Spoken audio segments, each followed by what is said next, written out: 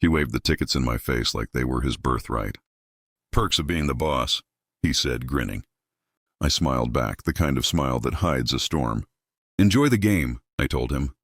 He had no idea that by Monday he'd wish he'd stayed home. I joined Ridgway Consulting 3 years ago, eager to prove myself. Back then, Mark Lawson, well, my boss, was more than that. Or so I thought. He called himself a mentor, took me out for drinks, and told me stories about loyalty, hard work, and climbing the corporate ladder. I believed him. Weekends, holidays, late nights, I gave everything. I became his go-to, his reliable one. Then came the Wilson Project, the big one that could double the company's quarterly revenue. He handed it to me personally. "Don't let me down, Eric," he said. I didn't. 6 months of missed birthdays, canceled plans, and countless black coffees later, I delivered perfection. The client was ecstatic. And then they handed me 2 front-row Super Bowl tickets. "For the person who made this happen," they said. Mark smiled. "That's incredible, really. But technically the project was under my division," he said, laughing like it was a joke. "You should be grateful you have a job at all, right?" Just like that, he took them. I didn't sleep that night, not because of the tickets, but because of what it revealed. He wasn't a mentor. He was a parasite. The next morning I walked into his office, calm as stone. "Thanks for everything, Mark. I learned a lot here," I said. He smirked. "You're not quitting, are you? You've got a bright future here, son." "Of course not," I lied. "I'm just saying, enjoy the game." While he planned his weekend in Las Vegas, I started planning something else. I learned a lot working under Mark. Carelessness, arrogance, shortcuts. He left traces everywhere. What he didn't know was that I had been quietly building a record, one folder at a time, not out of malice, just in case. By Sunday night, he was on TV, beer in hand, front row at the Super Bowl, smiling, arrogant, untouchable. I almost laughed, because Monday the storm would hit. Sunday night felt heavier than usual. I sat alone in my apartment, the faint glow of my laptop casting shadows across the walls. The Super Bowl was over. Mark was probably still gloating, posting selfies, bragging to friends and family. Every photo he shared, every caption he wrote, it all became fuel for me. I reviewed my archive one more time. Emails, invoices, timestamps, screenshots, all carefully cataloged. Each piece of evidence told the same story. Mark had been manipulating numbers, inflating performance stats, and misusing company funds for years. Some of it was minor, almost laughable. Others, serious enough to end a career. I leaned back in my chair, sipping lukewarm coffee. My pulse raced, but outwardly, I had to remain calm. That was the rule. Calm made you dangerous. Anger made you predictable. I thought about all the little injustices over the years. The weekends I worked while he lounged in his office. The credit I never received. The way he laughed off my achievements as if they were nothing. Every slight, every condescending smirk. Every stolen opportunity. It had all led to this. Monday morning I arrived early. The office was quiet, except for the hum of the coffee machine and the distant clatter of keyboards. Mark strolled in, the picture of satisfaction, boasting about the Super Bowl. His luck, his supposed superiority. "You wouldn't believe the game," he said, clapping me on the shoulder. "Best weekend of my life." I nodded, sipping my coffee, every movement calm, collected, unassuming. "I bet," I murmured, letting the weight of that simple phrase hang in the air. I sat at my desk, pretending to review emails, but my hand hovered over the keyboard, ready. The email I had crafted, clean, undeniable, ready to send to HR, the CEO, and the legal department, sat in drafts. One wrong click and it could go to the wrong recipient. Timing was everything. Mark left briefly to greet a client, giving me a moment of solitude. My pulse accelerated. This was it. I checked the files one last time. Every signature, timestamp, and screenshot was in order. The report was meticulous, professional, irrefutable. I thought about all the scenarios, Grandma. Well, my mentor in planning and strategy had drilled into me. What if he denies everything? What if he tries to discredit me? What if the CEO doesn't act fast enough? Every potential obstacle had a solution. Every angle covered. Finally, I hit send. The email left my inbox quietly, unceremoniously, but I knew it carried a storm inside. The recipients didn't open it immediately, but the consequences would be swift. I could feel it in the air, a tension almost tangible. Mark returned unaware. He leaned over my desk, casually asking about a minor project update. I smiled, calm as stone, answering each question with precision. withholding nothing except the truth of the email that would change his life. Hours passed, each second stretching into an eternity. Then it started, a faint ping on his phone. His face shifted from casual arrogance to confusion, then pale disbelief. He glanced at me once nervously, but I kept my eyes fixed on my monitor, pretending to type. The whispers began. HR, the CEO, security. They were converging. I watched through the glass walls, calm, collected, while the man who had humiliated me, taken what was mine, and underestimated me was slowly unraveling. By mid-morning, the storm had fully landed. Mark was summoned to the CEO's office, followed by HR and legal. He tried to maintain composure, but I could see the cracks. His confident smile was gone. His steps were hurried, and when he passed my desk, carrying a box, his personal belongings, his eyes sought mine. I didn't look up. Guess it was a hell of a game, I murmured quietly, letting the irony linger. I leaned back in my chair, letting the satisfaction settle. But I knew this was only the beginning. Mark's downfall would trigger a cascade. The audit would dig deeper. The secrets I had gathered would reveal even more. And my life, my promotion, my recognition, the justice I had been waiting for, that was just around the corner. By mid-morning, the office had transformed into a storm zone. Whispers ricocheted off the glass walls. Phones buzzed non-stop. Mark Lawson, my boss, the man who had taken everything from me, was nowhere to be seen. Instead, HR reps and the CEO had taken over the floor, moving with quiet authority that sent chills through the staff. I sat at my desk, coffee long forgotten, watching the chaos unfold with the calm of a general surveying a battlefield. Every face in the office betrayed curiosity, suspicion, or fear. They didn't know the half of it. None of them knew that I had spent months quietly building a case so precise it could survive legal scrutiny and public scrutiny alike. The audit began. Files were pulled, emails opened, expenses cross-checked, timestamps scrutinized. The weight of every fraudulent claim Mark had ever made was about to collapse on him like a dam breaking. I leaned back, letting myself savor the quiet anticipation. There was no gloating yet. Gloating would have been a mistake. I had learned that calm made you untouchable. Anger, bragging, or haste could ruin everything. And then the first discovery surfaced. The first stolen reimbursements. The first inflated invoices. The first altered client reports. They were all undeniable. The HR lead whispered to the CEO, their faces grim, nodding in disbelief. Mark had made a fatal error. He had been careless, arrogant, leaving digital fingerprints that could not be erased. And I had them all. My phone vibrated. A message from Dylan, a coworker who had always been observant. "Eric, are you seeing this?" "He's toast." I didn't reply. There was no need. I let the events play out. By mid-afternoon, Mark's name had become the office's silent thunder. Every department knew. Every staff member who had once cowered before him now exchanged glances of quiet triumph. He had ruled with intimidation and ego. Now, the same office that had feared him watched him crumble. I recalled all the times he had taken credit for my work, all the weekends I had sacrificed, the late nights, the stress, the mental energy poured into making him look good. And now, justice wasn't just coming. It was here. HR and the CEO summoned him for an emergency meeting. From the glass walls, I watched Mark walk down the hallway. His steps hesitant, his usual swagger gone. His briefcase, a symbol of power, felt heavier than ever. The man who had once laughed at my Super Bowl tickets, who had belittled me endlessly, now looked small, vulnerable, and exposed. The office held its breath. Mark entered the CEO's office. Papers shuffled. Voices rose briefly, then fell. Confusion, denial, and anger mixed in waves. Then silence. 2 hours later, Mark emerged. He carried a box with his belongings, eyes hollow, face pale. He passed my desk, trying vainly to meet my gaze. I didn't look up. "Guess it was a hell of a game," I murmured again. My voice steady, cold, but satisfied. By the end of the day, the audit had uncovered more than just minor fraud. Years of policy violations, expense manipulations, and unethical practices came to light. Mark wasn't just fired. He was blacklisted, his reputation destroyed. No one would ever trust him again. Meanwhile, whispers of my role began to circulate. People who had once doubted me now looked at me with a mixture of awe and respect.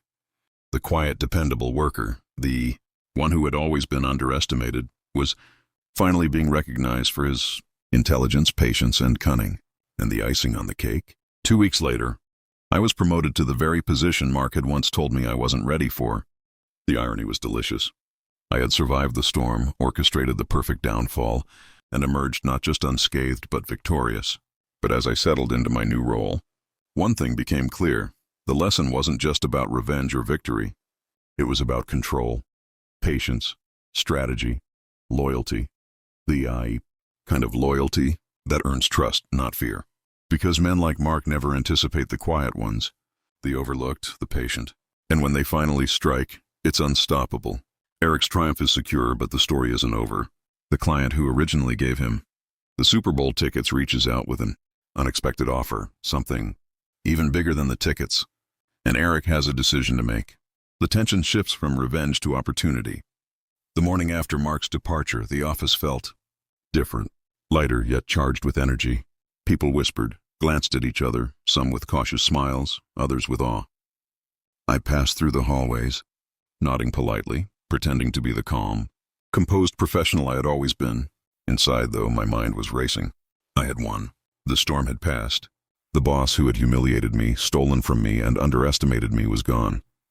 Promoted, recognized, and finally in a position to shape my own destiny, I should have felt complete. But life has a way of reminding you that the next challenge is always waiting. The call came just after lunch. My phone buzzed with a number I didn't immediately recognize.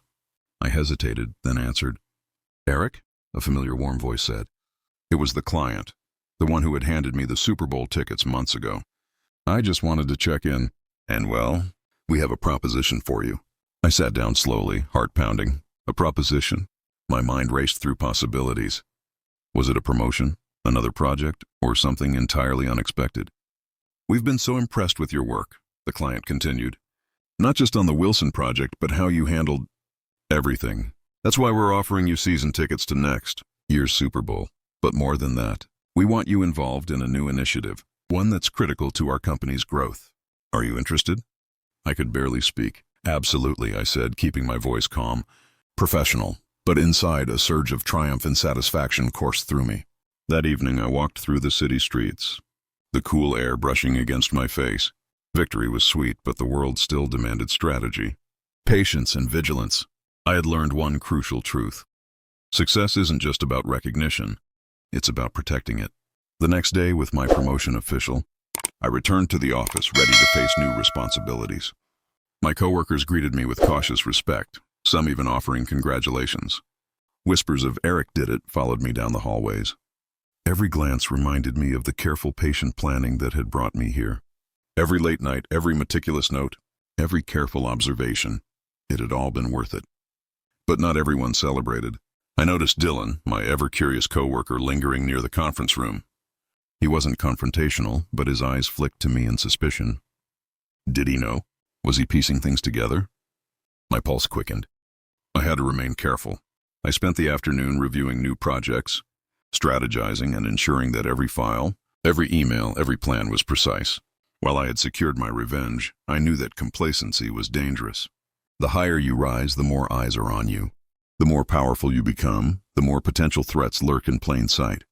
Later, as I left the office, my phone buzzed again. Another message from the client. "Eric, we've reserved a meeting with the executive board. They want to discuss your future with us. Be prepared." My heart skipped a beat. This wasn't just about season tickets anymore.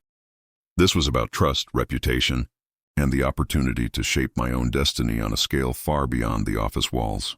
That night, I sat at my apartment, sipping tea and reviewing my plans. Grandma's words echoed in my mind. Every victory you earn must be protected. The higher you climb, the more careful you must be. Patience, strategy, calm, that's your power. I realized she was right. My triumph over Mark had opened doors. Yes, but new challenges were already lining up, each requiring intelligence, precision, and foresight. Then it happened. A notification from social media. Mark. He had tried to post a statement, something about moving on, claiming ignorance, but the comments, the backlash, and the internal audit had already ruined him. Publicly, he was embarrassed. Professionally, he was finished. And the world now recognized me as the one who had outsmarted him. A smile crossed my face. Victory was sweeter than I had imagined, but I knew this was just the beginning. With the client's offer, my promotion, and my newfound influence, the real game, my real opportunity, was just beginning. And yet, amidst all the triumph, a shadow of suspense lingered. Dylan's curiosity, Vanessa's quiet observation, and the unpredictable world of corporate politics meant that every move I made had to be deliberate. One misstep, and the delicate balance of recognition, trust, and power could unravel. But for now, I allowed myself a moment of satisfaction. The office had witnessed my intelligence and patience. The client recognized my worth. And Mark Lawson? Gone, humiliated, defeated. The game had changed, and I was ready to play it, on my terms. The first week in my new role felt like stepping into a minefield. The office, once familiar, now seemed like a maze of possibilities and potential threats. Everyone treated me differently, some with admiration, some with thinly veiled resentment. But beneath their eyes, I saw curiosity, suspicion, and the unspoken question, how did he do it? I focused on the client's new initiative. They wanted me to lead a project that could redefine their business for the year, a massive opportunity. But as I dug deeper into their files, I noticed something unusual, a discrepancy in their numbers. Subtle but present, nothing that screamed danger at first glance, but enough to trigger my instincts. I remembered Grandma's advice, never ignore the small details. The devil hides in plain sight. For the next several days, I meticulously reviewed the documents, cross-checking every invoice, every contract, every spreadsheet.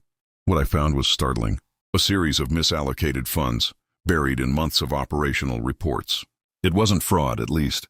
Not yet. But it was enough to spark potential disaster if left unaddressed.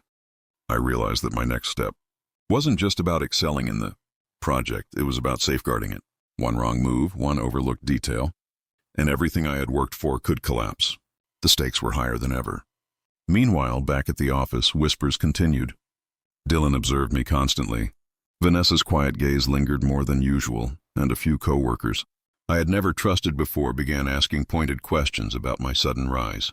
I had to remain calm, measured, untouchable. My reputation had become both a shield and a spotlight. I scheduled meetings with the client's team, carefully steering conversations to gather more information without revealing that I already suspected the discrepancies. I asked questions, probed answers, and subtly guided discussions. Every word, every gesture, every pause was intentional. By midweek, I had compiled enough evidence to present a solution, one that would not only prevent potential losses, but would also position me as indispensable. The irony wasn't lost on me. The same meticulous attention to detail that had toppled Mark Lawson was now being used to protect and elevate the client's business. That Friday, I presented my findings in a meeting with the client's executive board. I explained the discrepancies, proposed corrective measures, and outlined a strategy to prevent future issues. Their eyes widened, not with doubt but with recognition. "Eric," the CEO said, leaning forward, "this is impressive. Not just the accuracy, but the foresight. We can't thank you enough." I nodded, keeping my calm demeanor, but inside, satisfaction coursed through me. Months of patience, careful observation, and strategic planning were paying off again. Yet, just as the meeting ended, my phone buzzed with a message from Dylan. "Careful. Not everything is as it seems." My stomach tightened. I had known this would be a long game, but his warning reminded me that even now, with Mark gone and the client impressed, the next twist was always lurking. That evening, I sat alone in my apartment, reviewing the day's events. The client's project was safe, for now, but something told me that this opportunity came with hidden challenges. Every triumph in my life so far had been followed by tests, traps, or unexpected obstacles. And I knew this wouldn't be different. I glanced at the Super Bowl tickets I had finally received. A reminder of the first victory over Mark. They were a symbol not just of luck or opportunity, but of patience, strategy, and the ability to seize the moment. The next week promised more responsibility, more visibility, and more scrutiny. And as I prepared for the challenges ahead, one thing was clear: the real game had only just begun. The thrill of victory was exhilarating, but staying on top required even greater cunning, focus, and intelligence. Eric sat at his desk late at night, the office lights dim except for the glow of his laptop. The quiet hum of the city outside couldn't drown the storm brewing inside his mind. Weeks of victories, careful planning, and relentless strategy had led him here. Yet something felt off. Earlier that day, during a routine review of client reports, he noticed a pattern, subtle inconsistencies. Nothing as blatant as Mark's fraud, but anomalies that suggested someone inside the client's company was manipulating information, either by mistake or deliberately. And if left unchecked, it could jeopardize the new initiative and his hard-earned reputation. He took a slow breath, recalling Grandma's voice. Every victory carries a test. Every opportunity comes with hidden shadows. See them before they see you. Eric spent hours combing through spreadsheets, comparing transactions, cross-referencing communications, and tracking the tiniest discrepancies. He noticed that an operations manager had been approving certain expenses with irregular timestamps. Nothing illegal yet, but enough to trigger alarms if anyone audited it. He realized this wasn't just a professional challenge. It was a test of his patience, intelligence, and strategy. Acting too quickly could expose him. Acting too slowly could let the problem spiral. He needed a plan. The next morning, Eric entered the office, calm and composed as always, his exterior betraying nothing. He greeted colleagues politely, smiled when necessary, and handled meetings with effortless professionalism. Meanwhile, Dylan, still observing, sent subtle messages hinting at suspicion. "You're missing something. Watch the approval chain." Eric's mind worked methodically. He scheduled discreet one-on-one meetings with team members, casually asking questions, letting people reveal information without knowing he already suspected the anomalies. His demeanor was casual, friendly, every word carefully measured. By midweek, he had pieced together the full picture. The inconsistencies weren't malicious, but they were dangerous. A single oversight could lead to financial loss, embarrassment, and jeopardize the client's trust. And with the board watching him closely, Eric knew any misstep could also impact his growing reputation. He decided to act with surgical precision. First, he documented everything, creating a clear professional record of the discrepancies. Then, he drafted a corrective strategy, steps to prevent errors, training sessions for the team, and a monitoring plan to ensure the system remained airtight. Every detail was accounted for, every risk mitigated. Later that afternoon, he presented the findings to the client's executives. Calm, collected, precise, he explained the subtle inconsistencies and outlined his solution. The room was silent, everyone listening intently. "Eric," the CFO said finally, leaning back in his chair, "this is thorough. Not just the identification, but the foresight to prevent future issues. We're lucky to have you on this project." Eric smiled subtly. "It's about staying ahead, making sure the foundation is strong before building anything bigger." The tension lifted slightly, but he knew this was only temporary. Challenges, as always, would return. There would always be another test, another opportunity to prove himself. But tonight, he had turned a potential crisis into another victory. Walking back to his apartment, Eric felt a mix of relief and anticipation. Every decision, every observation, every carefully calculated move had paid off, but the game was far from over. His eyes fell on the framed Super Bowl tickets he now owned, a symbol of his first victory. They reminded him, strategy and patience always win when others underestimate you. At home, he reviewed the client's next steps, preparing for meetings, presentations, and unforeseen complications. And just as he was about to log off, a new email arrived in his inbox. The subject line was simple but charged. Critical, board review next week. Eric leaned back in his chair, a slow smile forming. This was the ultimate test, the grand stage where strategy, composure, and intelligence would determine not just his reputation, but the future of the entire project. And he was ready. The calm before the storm. The morning of the board review arrived like a storm. Eric woke early, the city outside still cloaked in a soft gray light. His apartment, usually quiet and familiar, felt charged with anticipation. Today wasn't just another meeting. It was the culmination of years of careful observation, patience, and strategic planning. One misstep, one misplaced word, and everything he had worked for could collapse. He dressed carefully, choosing a suit that radiated confidence without arrogance. He reviewed his notes one last time, the client discrepancies, the proposed solutions, the strategic improvements, and, most importantly, the evidence of his meticulous work. Every number, every detail, every precedent was accounted for. As he entered the client's boardroom, the tension was palpable.